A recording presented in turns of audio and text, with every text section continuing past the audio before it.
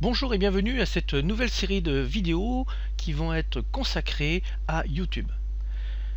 Si j'ai décidé de faire cela, c'est tout simplement parce que hier j'ai découvert quelque chose de très intéressant. En règle générale, ma page YouTube s'ouvre sur ceci, le gestionnaire de vidéos.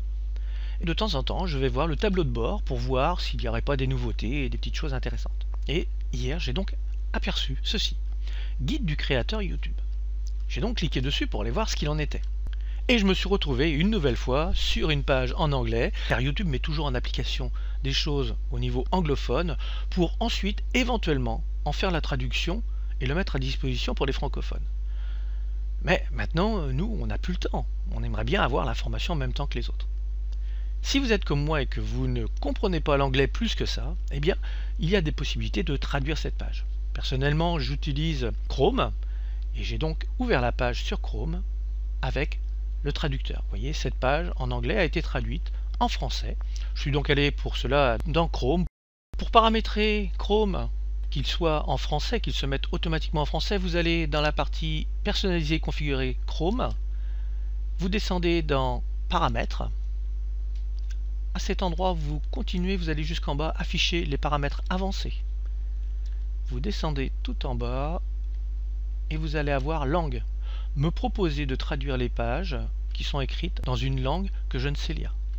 Vous le cochez et ainsi vous aurez accès à ce que je viens de vous montrer. Je reviens dans cette partie et maintenant j'ai accès à ce qui explique YouTube sur comment l'utiliser. Alors attention, ce n'est qu'une traduction Google. Il y a des imperfections et même de grosses imperfections, mais ce n'est pas bien grave. Nous voyons sur le côté mise à jour récente de Playbook. Nous allons commencer par explorer Playbook, par commencer. Et voici comment cela se présente. Vous avez la traduction, mise en route avec Playbook, vue d'ensemble, et vous allez découvrir qu'il y a encore des mots en anglais, que certaines phrases ne sont pas en français, ne sont pas compréhensibles, mais si on lit l'ensemble du paragraphe, on arrive à comprendre ce qui est expliqué. C'est donc intéressant de pouvoir comprendre ce qui est en place. Nous aurons aussi à notre disposition des icônes et des définitions clés.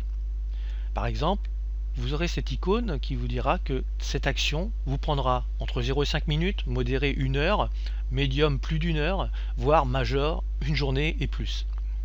Ensuite, l'impact de ce que vous allez mettre en place est noté entre 1 étoile et 5 étoiles. Donc modéré, forte et 5 majeur.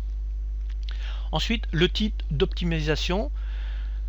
Quand est-ce que vous allez devoir appliquer ce qu'ils expliquent? Alors ça peut être avant la production, c'est-à-dire quand vous faites votre script, pendant la production, quand vous faites les animations et la production. Ensuite, c'est quand vous allez envoyer sur YouTube, vous avez des possibilités d'action sur YouTube, et après, d'autres possibilités pour faire venir les gens s'inscrire sur votre chaîne YouTube ou venir voir sur votre blog les vidéos. Voyons la programmation. En cliquant sur Suivant, je me retrouve dans l'onglet Programmation.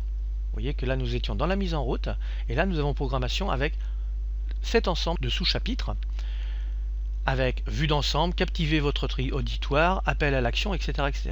Alors je vous invite franchement à lire l'ensemble de ce qui est là et je vais vous proposer des vidéos sur, je ne vais pas faire une vidéo sur captiver votre auditoire, sur l'appel à l'action, mais une vidéo peut-être sur ces deux choses justement, comment je pratique et quel est mon objectif en pratiquant de la sorte. Attention toutefois, ce n'est pas parce que YouTube vous dit qu'il faut faire comme cela que vous devez le faire. Je ne parle pas d'un aspect technique, c'est-à-dire que ne sortez pas des clous. Quand YouTube vous dit que vous ne devez pas pratiquer de telle façon, vous verrez dans les mots-clés, etc., vous ne devez pas pratiquer de telle façon, ne le faites pas. Là, vous serez en dehors des clous. Si vous jouez avec cela, vous pouvez très bien vous retrouver avec votre compte YouTube fermé dès demain. N'oubliez pas que YouTube c'est Google, et Google, eh bien, parfois il est un petit peu bizarre et on se retrouve avec des comptes fermés. On ne peut plus utiliser. Donc restez bien dans les clous. Mais quand je dis qu'il ne faut pas forcément faire ce qu'ils disent, c'est tout simplement parce que vous devez, dans ce que vous allez faire dans vos vidéos, dans vos actions, cibler d'emblée de jeu les personnes qui vont vous suivre. Ça va être un des premiers filtres. Je m'explique. Vous allez comme moi, faire des vidéos gratuites que vous allez mettre à disposition sur YouTube. Par exemple, vous allez mettre une annotation dans les 10 premières secondes de votre vidéo parce que vous savez que c'est là que les personnes vont être captivées et voir s'ils vont continuer avec vous. Si vous mettez une annotation, rendez-vous maintenant sur le blog pour avoir plus d'informations, dans les 10 premières secondes, la personne va peut-être aller sur votre blog. Mais elle va aller sur votre blog sans même savoir ce que vous avez à proposer. J'appelle cela des curieux. Et si sur votre blog vous l'avez emmené sur une page où la personne doit s'inscrire pour télécharger quelque chose, elle va s'inscrire pour télécharger quelque chose qui va être gratuit. Et là, c'est encore quelqu'un qui est curieux parce qu'elle ne va même pas chercher à savoir si cela correspond à ses besoins. Il y a énormément de personnes comme ça.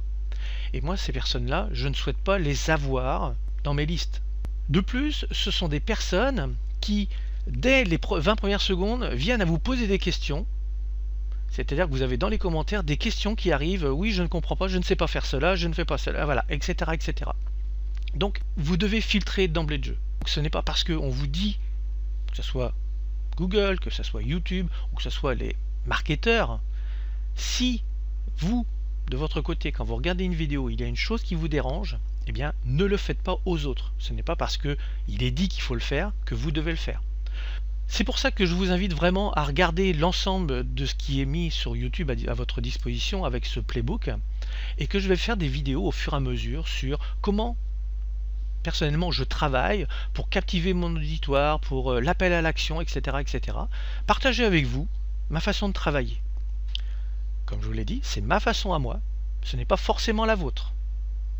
Prenez ce qui est bon et ce qui est en accord avec vous-même et laissez ce qui ne l'est pas. On se retrouve donc la semaine prochaine. Nous sommes vendredi, presque midi. Cette vidéo, je vais la travailler cet après-midi. Je vais la mettre en ligne entre 17h et 19h. Vous voyez ici, dans la partie horaire régulier, c'est quelque chose que je ne fais pas et que je vais essayer de mettre en place pour cette série de vidéos sur YouTube. Donc tous les vendredis, entre 17 et 19h, je vais essayer de me tenir à une heure précise qui va être 17h ou 18h, je vais voir un petit peu comment il en est. Toutes les semaines, il y aura une vidéo qui viendra à parler de ce qui se trouve à l'intérieur de ceci. Et c'est vraiment énorme, il y a vraiment beaucoup de choses. J'ai eu plaisir à lire et à me dire, ah oui, effectivement, je mets pas ça en place. Ah, ça, je l'ai mis et puis ça a fonctionné. Par contre, ça n'a pas fonctionné pour moi. Et donc, je vais le partager avec vous. Merci de votre écoute et je vous donne rendez-vous la semaine prochaine pour une nouvelle vidéo sur YouTube. Bonne journée!